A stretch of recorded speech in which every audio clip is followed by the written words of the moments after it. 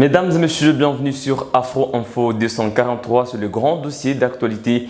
Nous allons dans la ville de Goma, chef de la province du Nord Kivu. Le bilan est revu à la hausse par le gouvernement congolais après celui provisoire présenté par le porte-parole du gouverneur du Nord Kivu qui avait fait état de cette personne tuée dont un policier. Le porte-parole du gouvernement congolais a adressé un bilan de 43 personnes tuées et 56 blessés lors de la répression violente d'une manifestation, d'une secte bien sûr dans la ville de Goma de Wazalendo par les forces armées de la République démocratique du Congo. Pendant ce temps, d'autres sources locales parlent plutôt de plus de 70 personnes tuées par les éléments des forces armées de la République démocratique du Congo lors de la répression de cette manifestation qui visait notamment le départ de la MONUSCO et de la force régionale de l'EAC. Selon un communiqué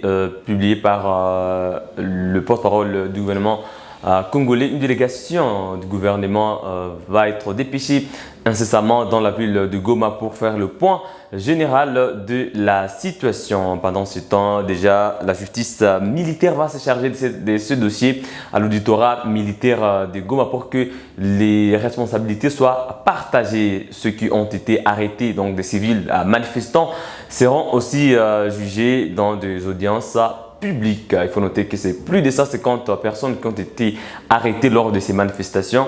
Elles seront donc jugées dans des audiences publiques à l'auditorat militaire de Goma. Mesdames et messieurs, pendant ce temps, les voix s'élèvent de partout. Il y a la Lucha qui est un mouvement citoyen qui demande au président Félix Tshisekedi de démettre le gouverneur du Nord Kivu, le lieutenant général Constant Ndima et le maire policier de leurs fonctions parce que c'est eux qui aurait donné des ordres à ces militaires de tirer à balles réelles sur des paisibles citoyens, même si le gouverneur a donné une autre version. Il a parlé des manifestants qui avaient tué un policier alors que ces policiers ne pouvaient même pas, ne pouvaient pas contenir la progression des manifestants.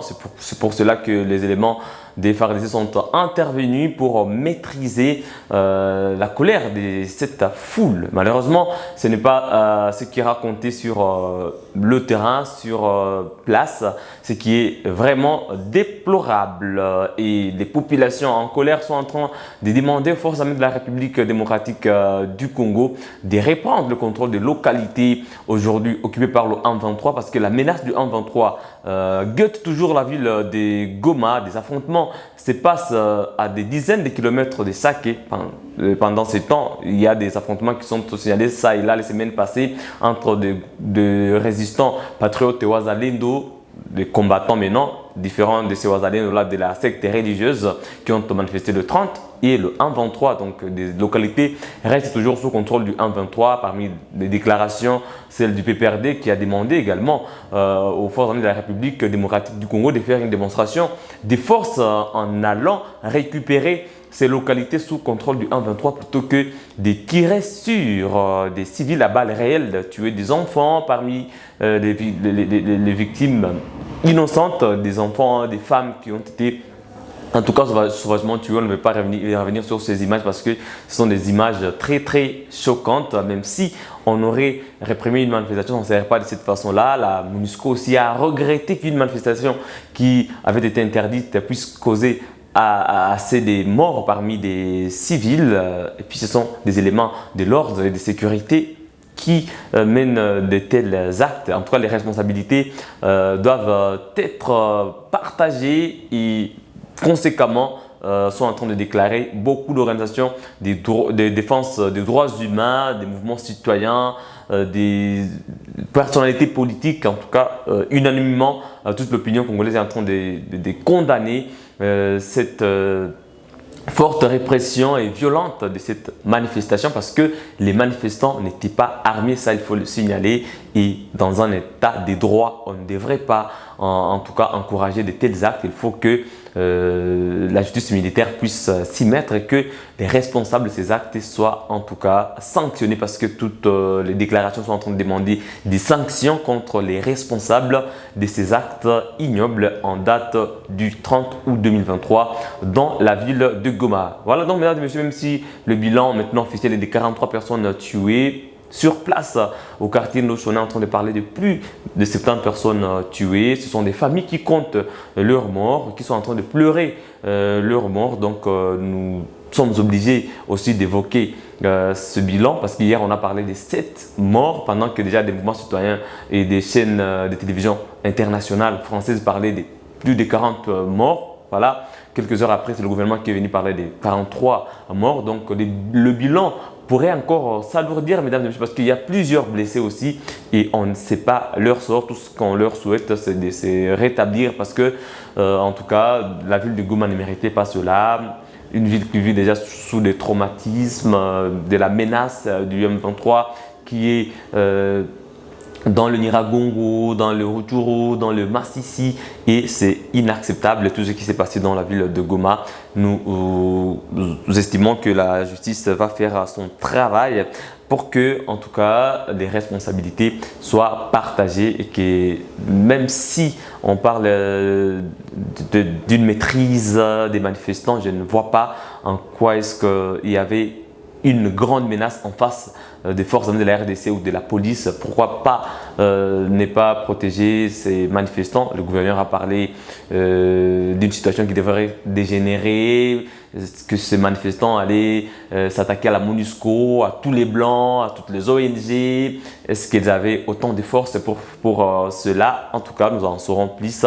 Nous en saurons plus dans nos prochaines productions avec d'autres réactions et avec déjà les procès qui vont devoir commencer à l'auditorat militaire de Goma, aussi avec la délégation du gouvernement qui va arriver dans la ville de Goma. Autre chose, mesdames et messieurs, même si la ville de Goma est toujours sous menace du M23, parce qu'il faut le dire, quand vous êtes le chef-lieu d'une province et qu'au nord, déjà dans un territoire voisin, il y a une menace, il y a parfois des affrontements, à l'ouest, dans le territoire de Masisi, c'est aussi pareil, vous êtes toujours sous menace parce que l'ennemi est là, l'ennemi n'est pas encore parti, il n'est pas encore défait dans le Rutshuru et dans le Masisi. Vous accueillez encore des milliers de déplacés autour de la ville de Goma, donc c'est très compliqué. Et puis la rentrée scolaire, c'est pour ce 3 septembre 2023, donc lundi. Plusieurs écoles dans le territoire de Masisi, notamment aux alentours de la cité de Saké, regorgent pendant ce temps des déplacés. Donc on ne sait pas comment cela va se passer, même si la situation sécuritaire s'est largement améliorée dans la cité de Saké, comme nous l'a dit le rapporteur de la société civile dans le groupement des Kamuronza, c'est dans le territoire de Masisi en province du Nord Kivu. Dans notre entité groupement Kamuronza, la sécurité est en train de se rétablir petit à petit, mais à l'heure que nous sommes, partout où le groupement Kamuronza commence dans sa juridiction administrative, maintenant c'est les forces loyalistes qui contrôlent toute l'entité. Malgré qu'il y a aussi les Wazalendo qui sont en appui, qui sont en train de nous aider aussi à contrôler les petites couches isolées. Mais quand même, notre groupement, actuellement, administrativement, il est couvert par les forces loyalistes. Et il y a aussi des affrontements qui s'est passé dans le Karenga et au nord, sur la route, sur l'axe Kichanga. Est-ce qu'actuellement tout est terminé? Et la guerre, les accrochages se passent dans la limite de notre groupement. C'est dans le groupement Bachali KMB, dans la chefferie de Bachali. Mais maintenant, dans notre groupement de Kamuronza, c'est calme. Alors, nous allons parler de la situation des élèves et des écoliers, parce qu'aujourd'hui, nous sommes ici parce qu'on vient d'inaugurer une école. Est-ce que vous êtes sûr que la rentrée sera effective et il n'y a pas des écoles qui regardent déplacés? Ici, dans la Kivette, il n'y a pas d'école qui regorge des déplacés. Les déplacés sont cantonnés dans des camps, mais tout le bâtiment, toutes les écoles de la Kivette ne sont plus égorgées par des déplacés. Voilà, et vous avez quel message maintenant au gouvernement pour ces autres déplacés-là qui sont autour de Goma, Boléro et tout? dans le Massif exactement, aussi comme ici à Mobambiro? Ce qu'on peut dire, on peut demander à notre gouvernement de multiplier les efforts et aussi de mettre toujours un mécanisme de suivi pour avec les efforts, chasser l'ennemi, les bouter dehors d'ailleurs de notre territoire RDC, pour que tous nos frères qui sont dans les quartiers de Plengo, de Lushagala, qui sont ici aussi à Sake, et ceux qui sont en Bweremana, puissent rentrer dans leurs entités respectives. Puisque l'ennemi est là, il est en train de piller les biens de la population. Les populations n'évacuent pas librement leurs activités champêtres. Et aussi le moyen pour les élèves qui sont au secondaire, il n'y a pas les moyens pour que les parents puissent payer les frais scolaires. Nous demandons beaucoup à notre gouvernement de continuer à traquer l'ennemi. Parce que jusque-là, on ne sait pas si le gouvernement ne poursuit plus l'ennemi, c'est endormi, on ne sait pas la suite, on ne sait pas à quand l'ennemi doit continuer à rester dans notre territoire RDC. Nous demandons beaucoup au chef de l'État de tout mettre en œuvre pour que la population ait la paix et la paix totale. J'ai une dernière question pour vous. Dernièrement, il y avait eu des accrochages entre les jeunes de SAC et un contingent de la force de l'EAC. Il y a une mission de la SADC qui va aussi arriver. Comment comptez-vous comme acteur civil cohabiter avec d'une part nos jeunes nos frères et d'autre part des éléments burundais qui sont sur place? Est-ce que vous pensez que la solution viendra des étrangers? En fait, les accrochages étaient dits puisque quand les forces de l'EAC se trouvent dans l'entité où l'ennemi se trouve et l'ennemi est en train de percevoir des taxes auprès de nos paisibles citoyens pour dire les opérateurs économiques qui se rendent dans les entités dont les ennemis du M23 se trouvent, ils sont en train de percevoir. Alors quand ils voient que la force de l'EAC quitte aussi dans ces zones-là, c'est maintenant que les jeunes ne s'attendent pas avec cette force-là. Ils croient qu'ils sont en connivence avec l'ennemi. Sur ce, il faut une forte sensibilisation. Aussi, dans ce programme-là, on ne voit pas ce que fait l'EAC dans notre entité, puisque l'ennemi continue à être là.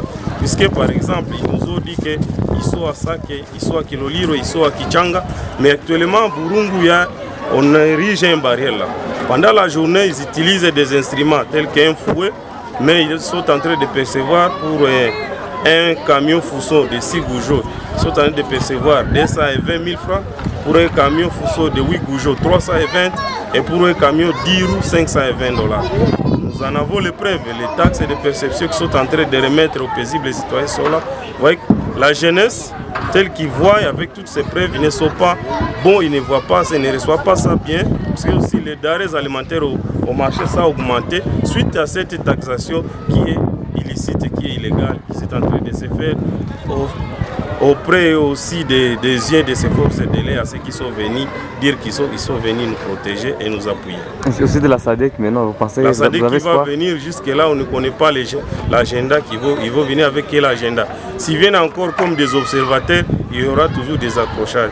S'ils viennent pour nous appuyer, pour combattre, pour jeter dehors notre ennemi qui est le M23, on va les acclamer. Mais s'ils viennent encore comme observateurs, on ne sera pas d'accord avec cette émission-là. Voilà, mesdames et messieurs, c'est par là que nous mettons un terme à ce grand dossier d'actualité sur Afro Info 243. Merci à vous d'avoir suivi du début à la fin. Laissez-nous vos impressions, vos points de vue en commentaire. Qu'est-ce que vous pensez de cette répression de la manifestation? Qu'est-ce que vous pensez de la réaction du gouvernement qui parle quand même des sanctions qui devraient être en tout cas suivies, parce que ce qui s'est passé ne peut pas être toléré ni par le gouvernement ni par qui que ce soit, parce que c'est tout simplement des actes ignobles. Mais le gouvernement a parlé aussi de troubles à l'ordre public qui ont poussé les forces de sécurité et de l'ordre de réagir. Mais est-ce qu'il faudrait réagir? Il fallait réagir par les armes contre des civils inoffensifs qui n'ont pas des armes. Je ne sais pas quels sont vos points de vue en commentaire, parce que l'état de siège, bien sûr, même si c'est une mesure exceptionnelle, est venu pour pacifier les deux provinces qui étaient sous forte menace des groupes armés. et pas pour tuer des civils. Donc il faut faire la nuance, il ne faut pas dire nous sommes dans une mesure exceptionnelle, donc on ne peut pas manifester. Il y a eu plusieurs manifestations sous état de siège et d'autres étaient même sécurisées par des éléments de la police quand des mouvements citoyens partaient demander le départ de la MONUSCO, partaient demander qu'il y ait des sanctions contre le Rwanda, quand des manifestants sont allés jusqu'à la frontière congolo-rwandaise, quand les manifestants voulaient même traverser la frontière, il y a eu plusieurs manifestations et on n'a jamais compté autant de morts, on n'a jamais tué autant. Donc il faudrait en tout cas que la justice soit faite parce que nous sommes dans un état de droit. Ni le président Félix Tshisekedi, ni le premier ministre Jean-Michel Samalou Kondé, ni le gouverneur militaire Nord Kivu, personne ne peut tolérer ce qui s'est passé. C'est pourquoi on doit laisser à la justice faire son travail. Mesdames et messieurs, n'oubliez pas de nous faire un j'aime. Abonnez-vous aussi à Afro Info 243 si vous ne l'avez pas encore fait. Il suffit de cliquer sur s'abonner, activer la cloche des notifications et vous serez toujours le premier à recevoir toutes les informations publiées sur Afro Info 243. À très bientôt.